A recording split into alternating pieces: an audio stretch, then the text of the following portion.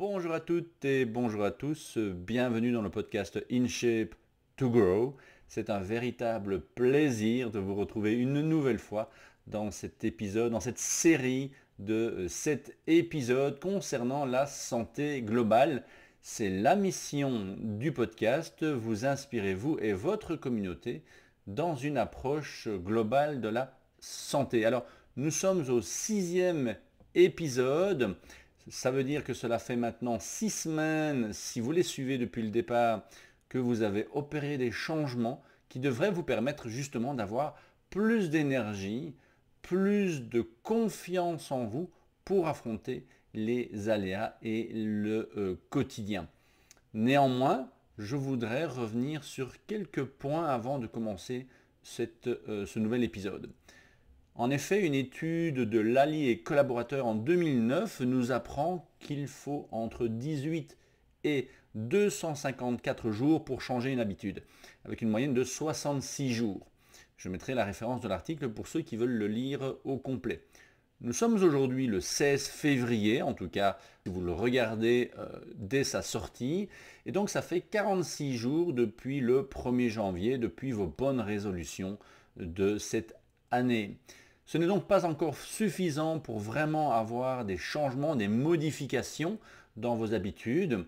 Et donc il faut garder cette motivation intrinsèque, j'en reparlerai durant cet épisode, et une bienveillance envers vous. Des changements au quotidien, c'est probablement les choses les plus difficiles à faire, étant donné que bien souvent ce sont des habitudes que l'on fait par réflexe et qu'il est donc plus difficile de modifier.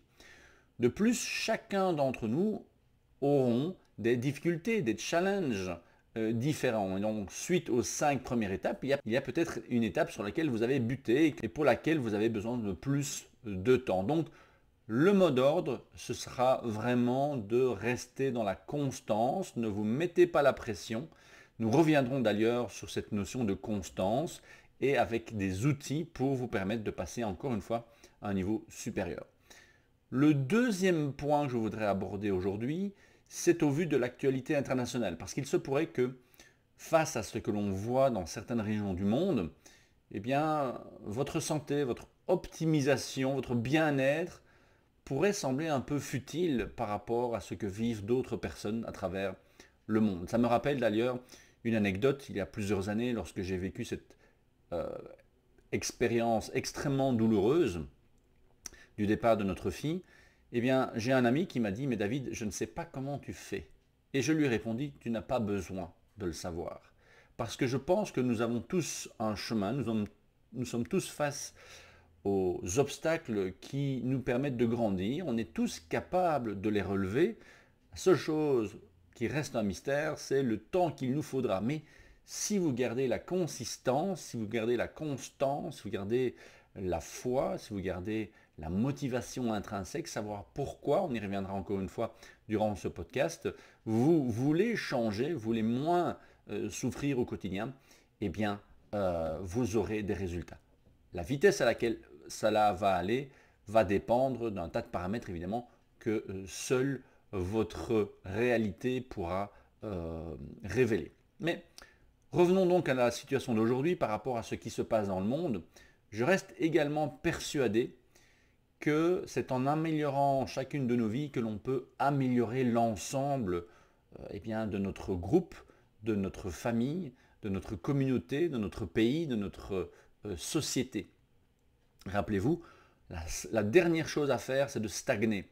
Donc, évidemment qu'il y a des choses extrêmement pénibles qui peuvent nous glacer lorsque l'on regarde les informations, mais en même temps, nous devons garder le focus sur notre santé. Rappelez-vous, un auteur que j'ai souvent cité, le sociologue Nicholas Christakis, auteur du livre Connected, et qui nous explique vraiment, et on l'a senti durant les 2 années de pandémie, que ce que nous faisons va influencer notre entourage. Et lui a pu même démontrer que votre comportement, donc par exemple l'amélioration de votre santé, va influencer les amis des amis de vos amis.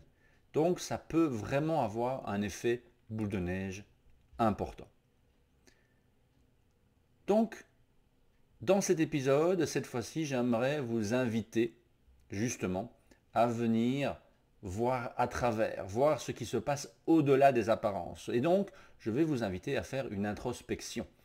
Rappelez-vous, l'une des premières phrases que j'ai citées dans l'épisode numéro 1 de cette reprise cette année, inspirée de cette vidéo de Paul Chek, qu'est-ce qui vous limite et qu'est-ce qui vous libère ou qu'est-ce qui vous donne plus de liberté dans votre quotidien? Ce qui vous limite est à modifier, ce qui vous donne plus de liberté est à maintenir. Donc, durant cet épisode, je vais vraiment vous inciter à venir sonder au plus profond de vous-même ce que vous aimeriez changer. Et je vais vous donner quelques outils qui me paraissent vraiment être intéressants pour améliorer votre santé au quotidien de manière très pratique. Je vais donc, pour cela, rebondir sur un message relativement percutant du psychologue canadien aujourd'hui mondialement connu, Jordan Peterson, qui nous dit « Débutez par votre chambre ». Ça paraît très simple, mais c'est beaucoup plus puissant que ça ne paraît. Selon lui, le chaos d'une maison représente le chaos de notre esprit. Pensée que l'on retrouve d'ailleurs dans la pensée bouddhiste. Et c'est d'ailleurs une thématique qui m'a interpellé lors de mon 22e déménagement en 2014. J'avais à l'époque 38 ans. Après 22 déménagements, eh bien, vous avez une certaine habitude, mais il y a certains comportements qui se répètent. Et effectivement, je remarquais qu'il y avait systématiquement des pièces de la maison qui prenaient beaucoup plus de temps pour être réaménagées. Selon Jordan Peterson, nous ne pouvons nous séparer de ce que nous expérimentons, dit-il. C'est un peu comme si nous projetions à l'extérieur nos pensées et que nous allions les matérialiser, soit par des événements, soit par des rencontres ou par un encombrement. Et donc, en observant ce qui se passe à l'intérieur et de ce que nous projetons à l'extérieur, nous pouvons avoir de véritables outils pour moins souffrir et faire moins souffrir notre environnement. C'est quelque chose qui m'a tout de suite semblé être une évidence lorsque j'ai débuté ma quête de développement personnel au début des années 2000. Jusque-là, j'agissais surtout sur des coups de cœur et sur des obligations, l'un ou l'autre. Néanmoins, dans le début des années 2000, j'ai commencé à lire et à m'intéresser à des sujets de manière beaucoup plus proactive. Et dans cette proactivité, justement, vous pourriez me dire, mais par où commencer? Je suis un peu perdu. Et à cela, Jordan Peterson nous dit donc de débuter par une observation de notre environnement, au sens propre comme au sens figuré. Puisqu'au sens propre, il nous parle de notre chambre ou de certaines pièces de notre maison qui représentent notre intérieur, et au sens figuré, eh bien, de regarder un peu dans notre vie ce qui demande d'être modifié, d'être amélioré. Alors, pour revenir sur cette symbolique de la maison, je m'y suis intéressé donc à partir de 2014, après cette réflexion, j'ai cherché des auteurs qui pourraient m'indiquer un petit peu si certaines pièces de la maison représenteraient des problématiques bien spécifiques. Et je peux vous assurer qu'avec, je dirais, l'habitude de ces déménagements, j'ai pu effectivement voir qu'il y avait des choses qui se répétaient. Et pour ceux et celles qui ont déménagé récemment, vous le savez, ça demande une énergie colossale, parfois, de déménager. Et quand vous le répétez, effectivement, ça va vous demander énormément de courage et d'énergie. D'ailleurs, ce n'est pas un hasard si sur l'échelle de Holmes et Rahe, l'échelle de stress de Holmes et Rahe, le déménagement se trouve dans le top 5 des sources de stress. Ce n'est que récemment, justement, que j'ai découvert une auteure qui s'appelle Gina Nicole Ballard et qui parle du sujet. Elle est spécialiste en Feng Shui, c'est probablement les personnes qui sont les plus aptes à nous donner ces informations. Elle est également conseillère en médecine d'énergie subtile et intuitive. Donc, ce sont là des sujets qui peuvent sembler très légers, mais qui valent tout de même une petite observation. Et je vais vous inviter justement de découvrir cette symbolique avec une oreille attentive, un esprit ouvert à l'observation et surtout à l'expérimentation. Parce que si vous faites ne fût-ce qu'un tout petit peu attention, vous allez trouver des indices. Et s'il y a seulement un seul indice qui vous permet d'améliorer ce travail d'introspection et de passer une étape supérieure, eh bien cet épisode aura servi au moins à cela. Débutons par le grenier. Alors le grenier, dit-elle, représente notre espace mental, nos idées abstraites. Beaucoup d'entre nous sont prompts à garder un grenier encombré parce que c'est là où on dépose des caisses et on les laisse traîner. Et ce qui aura comme conséquence de traduire un esprit encombré dans les idées justement et les pensées et les idées et nos pensées. Alors je vais faire une petite parenthèse, en tout cas je vais vous partager une expérience personnelle lors d'une de ces maisons dans lesquelles nous avons habité avec mon épouse. Et très curieusement, lorsque nous avons loué cette maison, la propriétaire nous avait dit, écoutez, le garage il reste fermé, ce sont des affaires de mes enfants qui sont là en stockage, donc vous n'avez pas la clé, mais c'est normal. Et puis il y a également le grenier, auquel vous n'avez pas accès. Bon, très bien. Néanmoins, mon épouse a commencé à faire des drôles de rêves, à avoir un sommeil agité. Mon fils ne dormait pas très bien et ce grenier était justement au-dessus de nos deux chambres. Et dans un élan de à la fois curiosité et fatigue, j'ai décidé de crocheter la porte du grenier et de monter justement voir ce qu'il y avait dans ce grenier. Et ce grenier était un fouillis, un brouhaha de choses et d'autres, même c'était même pas quelque chose de rangé, c'était vraiment des choses qui étaient jetées. Donc effectivement, ce grenier n'était pas mon grenier, mais ça encombrait énormément nos idées, et comme c'était au-dessus de nos chambres, eh bien, on dormait relativement mal, jusqu'à ce que je découvre dans ce grenier une urne. Donc imaginez ma tête quand j'ai vu ça, et imaginez un petit peu ce que ça peut donner lorsqu'en plus vous le savez. Donc voilà, c'est une petite anecdote, mais clairement, là je peux vous assurer que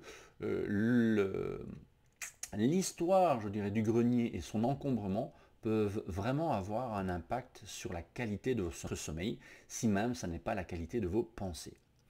Ensuite, Gina nous parle du sous-sol. Le sous-sol peut symboliser tout ce que nous mettons et rangeons, les sentiments et les souvenirs. Il est également représentatif de nos pensées inconscientes et des parties de nous-mêmes que nous ne montrons pas au monde, peut-être les parties que nous cachons.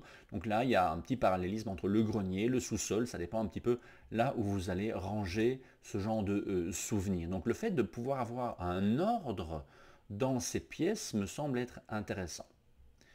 Vous avez également la salle de bain, qui est la pièce de nos maisons où nous prenons soin de nous. Nous préparons pour la journée et nous nous lavons.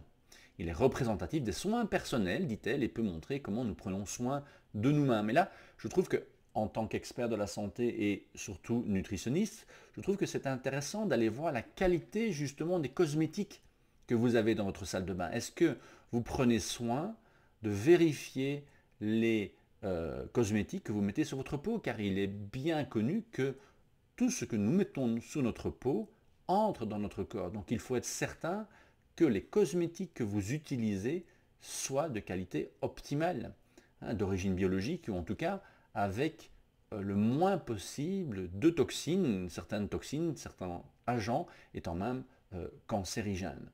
Ce n'est pas pour rien qu'en Thaïlande, par exemple, ils utilisent l'huile de noix de coco comme cosmétique. Et bien ça, c'est extraordinaire, puisque nous savons que l'huile de noix de coco est une huile qui est bonne pour la santé, à certaines quantités bien évidemment. Par rapport à une huile de colza, je n'ai jamais entendu dans aucune des cultures que l'huile de colza pouvait être utilisée comme cosmétique. Par contre, elle a d'abord été utilisée pour l'entretien des moteurs. Donc, vous voyez un petit peu, là nous pouvons déjà faire quelques liens vraiment intéressants. Ensuite, nous passons à la chambre. Nos chambres sont un espace personnel. Ils sont vraiment l'endroit où nous nous reposons, nous rajeunissons, dit-elle, faisons l'amour bien évidemment et vivons notre intimité. Donc la chambre, alors évidemment, dans certaines maisons c'est plus compliqué parce que on n'a pas spécialement énormément d'espace. Je me souviens que un de mes premiers appartements, eh bien, ma chambre et mon bureau ne faisaient qu'un. Or, ça, il faut pouvoir éviter de mélanger le travail et le repos. Dans ce cas-là, j'avais séparé le bureau avec des armoires. Donc, il y a toujours moyen, si vous vous intéressez à ce sujet-là, il faut trouver un excellent conseiller Feng Shui, mais il y a des moyens de moduler et d'améliorer l'harmonie de la maison dans laquelle nous passons quand même pas mal de temps. Ensuite, il y a bien évidemment la salle à manger, qui est une salle de communauté, de rassemblement, où les conversations se déroulent autour de la table. C'est vraiment là où nous allons discuter, partager des expériences. C'est vraiment sympa, après le repas par exemple, de discuter de la journée avec les enfants, avec votre conjoint, votre compagnon, votre compagne. C'est la seule pièce où tout le monde est susceptible de se réunir simultanément, le plus souvent possible. C'est aussi la zone de nos maisons conçue pour nous réconforter avec une nourriture appropriée. On se nourrit aussi bien au niveau physique qu'émotionnel. Rappelez-vous l'importance de pouvoir partager un repas dans, dans une atmosphère détendue, en toute sécurité, pour pouvoir justement permettre de lancer le travail du nerf vague, qui a à la fois cette capacité de digestion et cette capacité de guérison. On a la salle de séjour, là aussi, salle de séjour, salle à manger, parfois ça se mélange.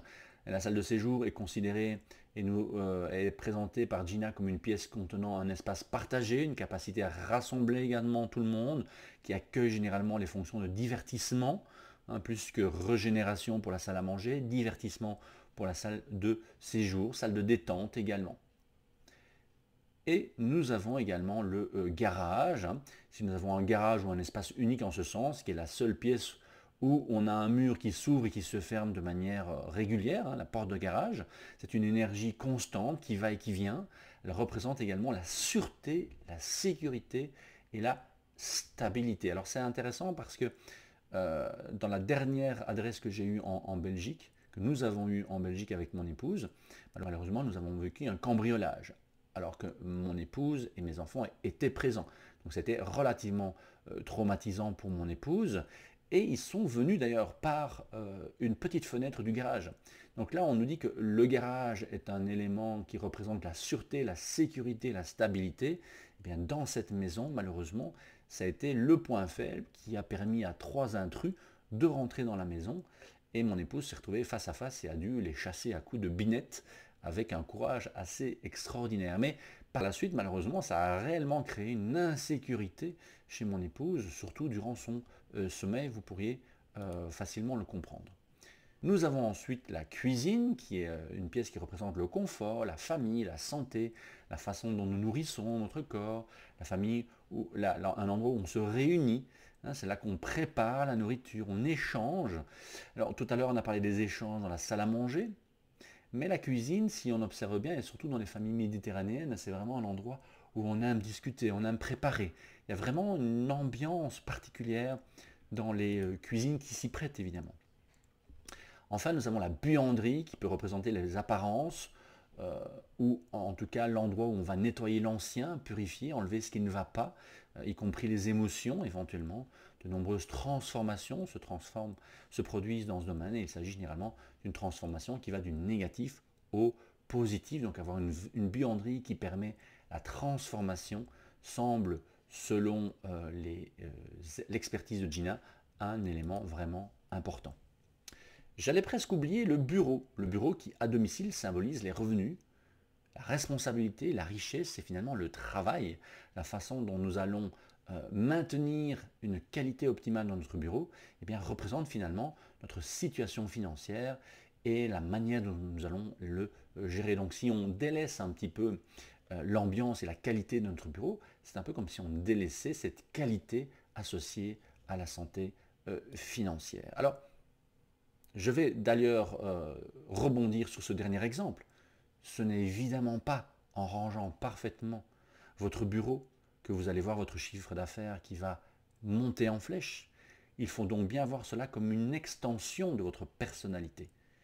Donc si vous faites énormément d'efforts à l'extérieur et que vous délaissez un petit peu l'harmonie et le rangement, l'organisation de votre comptabilité, de votre travail au bureau, eh bien ça va avoir un effet néfaste. Ça va amoindrir, ça va fragiliser éventuellement votre chiffre d'affaires. Donc il faut pouvoir y prêter attention comme un indice, pas comme la cause, mais comme un indice.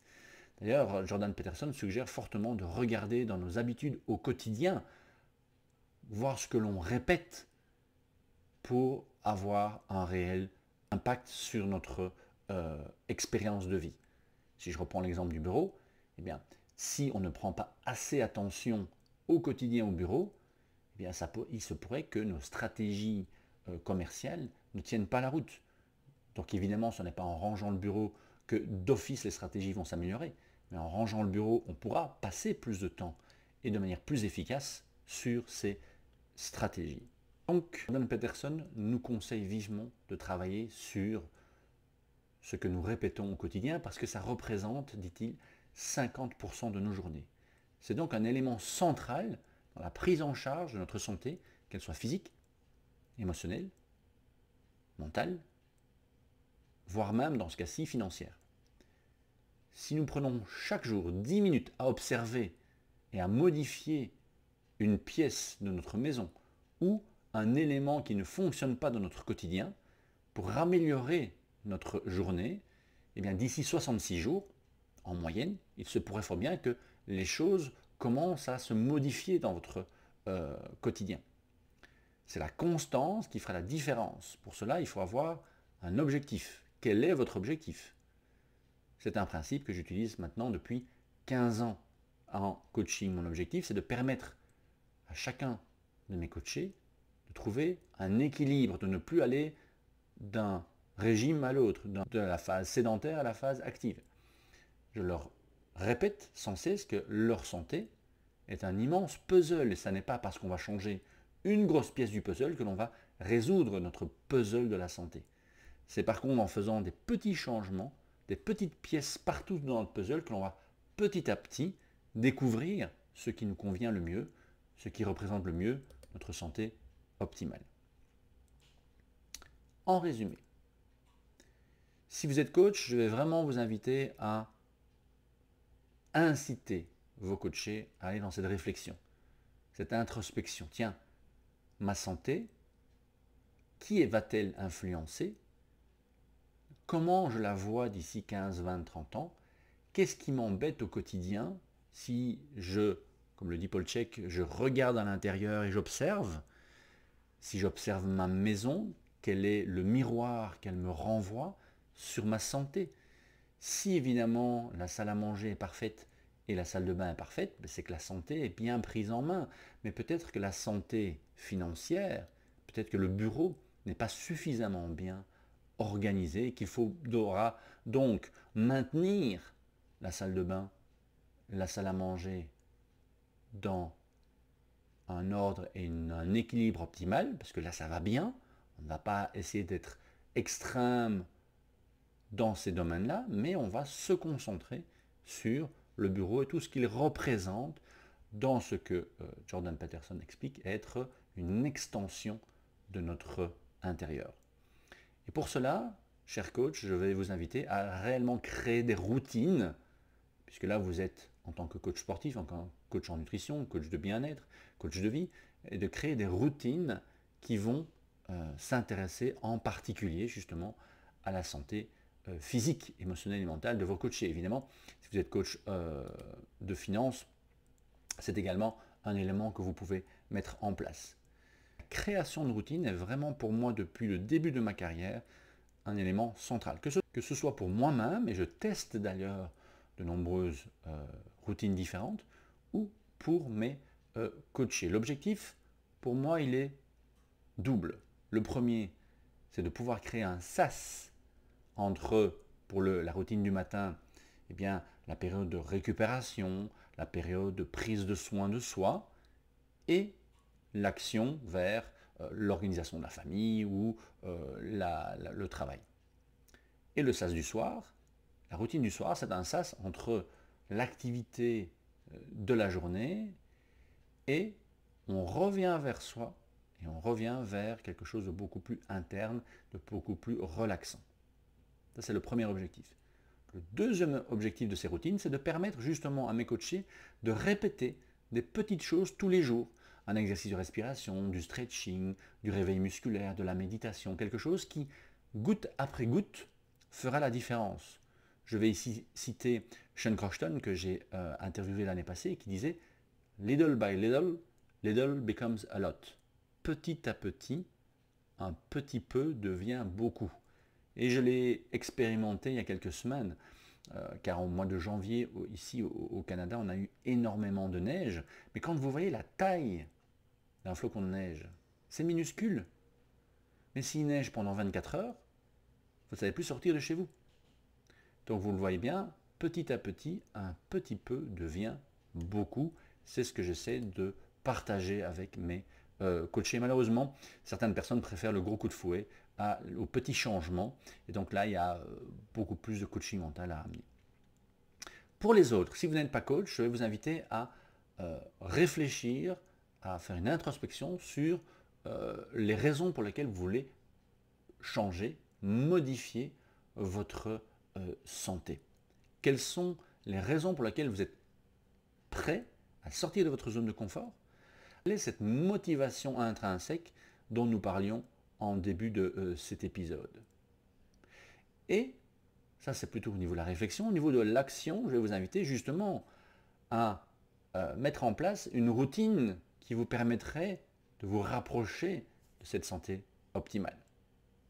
Quelle serait cette routine? Et deuxième élément, quelle pièce de votre maison représente le plus ce dont vous avez besoin et comment vous pourriez l'améliorer? Pour justement voir la synergie entre ce que vous avez envie de changer dans votre santé et ce que l'environnement vous renvoie dans votre habitat. Alors évidemment, si vous avez besoin d'aide, n'hésitez pas à me contacter, soit pour poser une question, soit en utilisant la modélisation optimale de votre santé qui est disponible sur mon site internet ou en me contactant directement sur david.germeau@gmail.com pour une évaluation ou un coaching. J'espère que cet épisode vous a à nouveau permis de comprendre un peu mieux la santé globale, de un peu mieux comprendre votre santé. Et d'ici le dernier épisode, je vous souhaite une excellente fin de journée, une excellente fin de soirée et surtout, prenez soin de vous.